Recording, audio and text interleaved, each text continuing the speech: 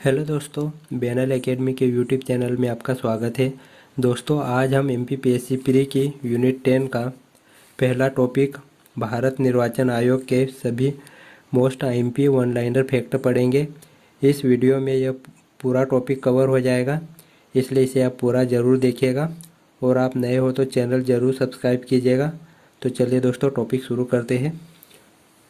दोस्तों, हमारा आज का टॉपिक है भारत निर्वाचन आयोग, जिसमें हम इसके आईएमपी फैक्टर को पढ़ेंगे। निर्वाचन आयोग का वर्णन संविधान के किस भाग में किया गया है? तो निर्वाचन आयोग का वर्णन संविधान के भाग 15 में किया गया है। दोस्तों, इसे समझते हैं कि इसकी आवश्यकता क्यों पड़ी थी, निर्वाचन आयोग की स्थापना क्यों की गई थी, इसके बारे में हम समझते हैं।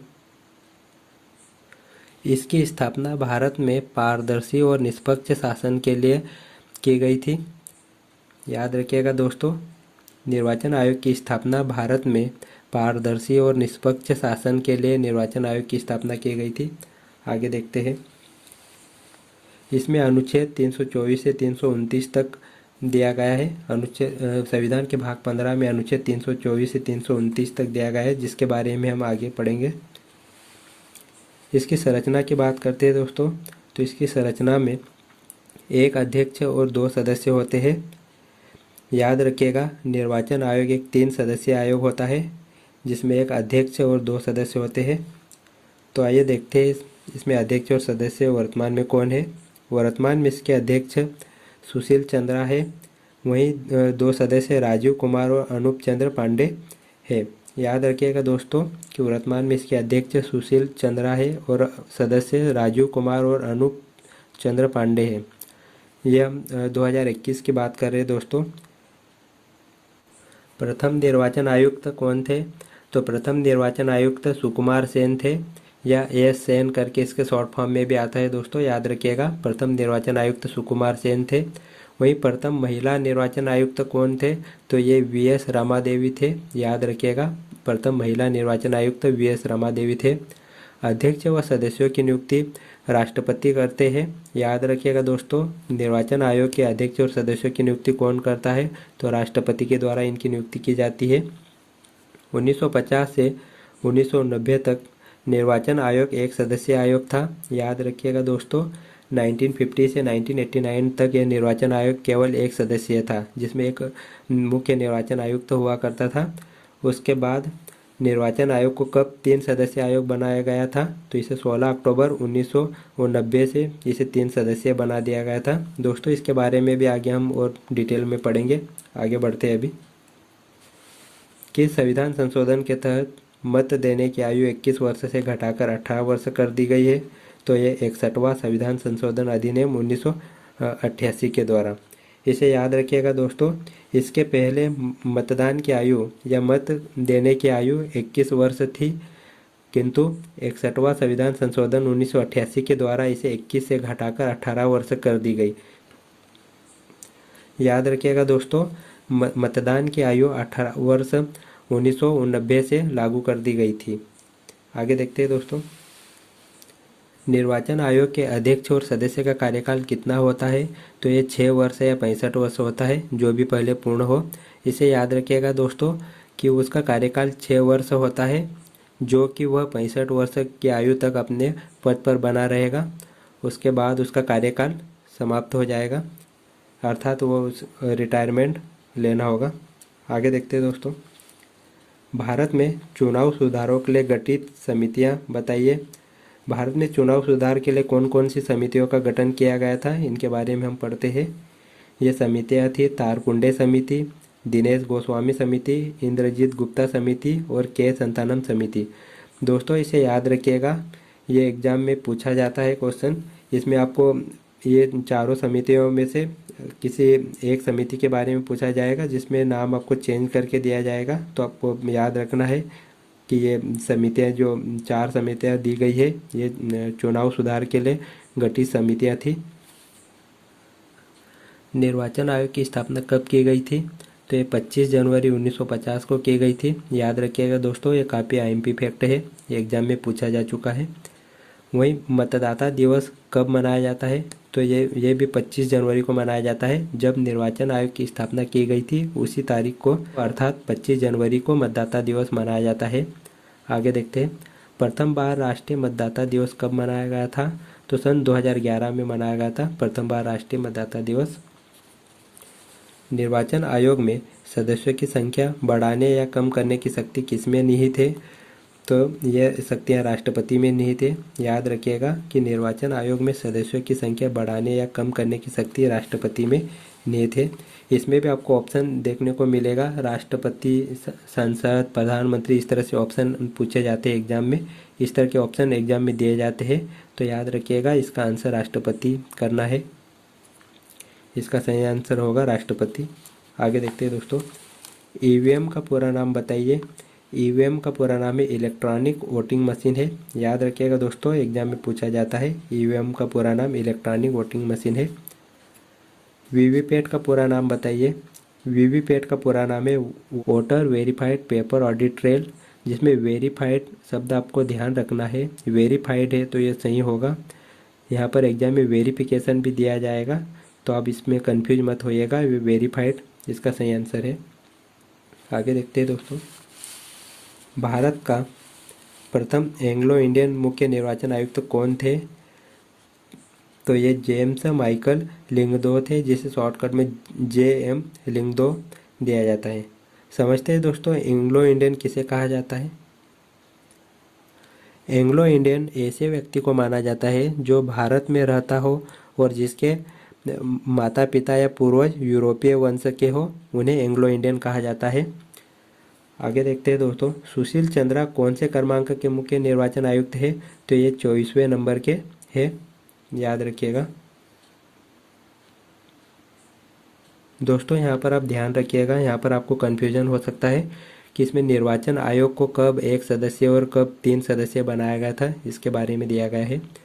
तो सन 1950 से 1990 तक यह 1 सदस्य निकाय था। याद रखिएगा दोस्तों कि भारतीय निर्वाचन आयोग 1950 से 1990 तक 1 सदस्य निकाय था। उसके बाद 1989 से 1990 तक इसे 3 सदस्य निकाय बनाया गया था। केवल 1 साल के लिए इसे 3 सदस्य निकाय बनाया गया था। उसके बाद इसे वापस 1990 से 1993 तक इसे वापस 1 सदस्य पुनः 1 सदस्य निकाय कर दिया गया था। याद रखिएगा। देन इसे फाइनली 1 अक्टूबर 1993 से इसे वापस 3 सदस्यीय आयोग बना दिया गया, जो कि वर्तमान में आज तक ये 3 सदस्यीय आयोग है। तो याद रखिएगा दोस्तों, इसे 1 अक्टूबर 1993 से वापस इसे 3 सदस्यीय आयोग बना दिया गया है। इसमें आप कन्फ्यूज मत होना दोस्तों। इसमें 1950 से 1990 तक 1 सदस्य था। उसके बाद 1990 से 90 तक इसे 3 सदस्य बना दिया गया था। फिर इसे वापस 1990 से 93 तक वापस 1 सदस्य कर दिया गया था। और फाइनली इसे 1 अक्टूबर 1993 से इसे 3 सदस्य बना दिया गया, जो कि वर्तमान में 3 सदस्य है। आगे देखते हैं दोस्तों, संविधान में चुनाव से संबंधित अनुच्छेद हम देखते हैं। याद रखिएगा दोस्तों, इसमें निर्वाचन आयोग में अनुच्छेद 324 से लेकर 329 तक दिए गए हैं, जिसमें हम समझते हैं अनुच्छेद 324 में चुनाव आयोग में चुनावों के लिए निहित दायित्व, अधीक्षक, निर्देशन, नियंत्रण के बारे में बताया गया है। या इसे आप आसान शब्दों में समझे तो याद रखिएगा कि अनुच्छेद 324 में निर्वाचन आयोग के गठन या निर्वाचन आयोग के वर्णन के बारे में दिया गया है। अब इसे इतना याद रखिएगा कि अनुच्छेद 324 में निर्वाचन आयोग का वर्णन या गठन दिया गया है। आगे देखते हैं, अनुच्छेद 325 में धर्म, जाति, लिंग के आधार पर किसी भी व्यक्ति को मतदान के लिए अयोग्य नहीं ठहराया जाएगा।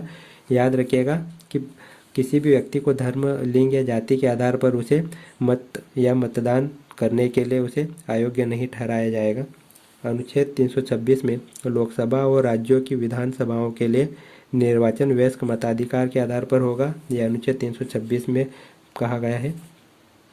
आगे देखते हैं, अनुच्छेद 327 में विधायिका द्वारा चुनाव के संबंध में कानून बनाने की शक्ति के बारे में बताया गया है। वहीं अनुच्छेद 328 में राज्य की विधानमंडल को चुनाव के लिए कानून बनाने की शक्ति दी गई है। और अनुच्छेद 329 में निर्वाचन संबंधी मामलों में न्यायालय के हस्तक्षेप का वर्णन किया गया है।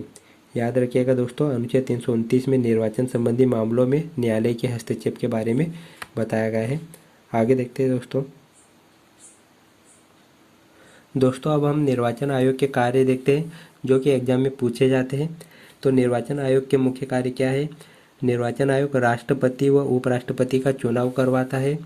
वहीं लोकसभा, राज्यसभा, विधानसभा और विधान परिषद के सदस्यों का चुनाव भी निर्वाचन आयोग करवाता है। याद रखिएगा दोस्तों, लोकसभा, राज्यसभा और राज्यों की विधानसभा या राज्यों की विधान परिषद के सदस्यों का चुनाव या निर्वाचन राष्ट्रीय निर्वाचन आयोग करवाता है या भारतीय निर्वाचन आयोग करवाता है।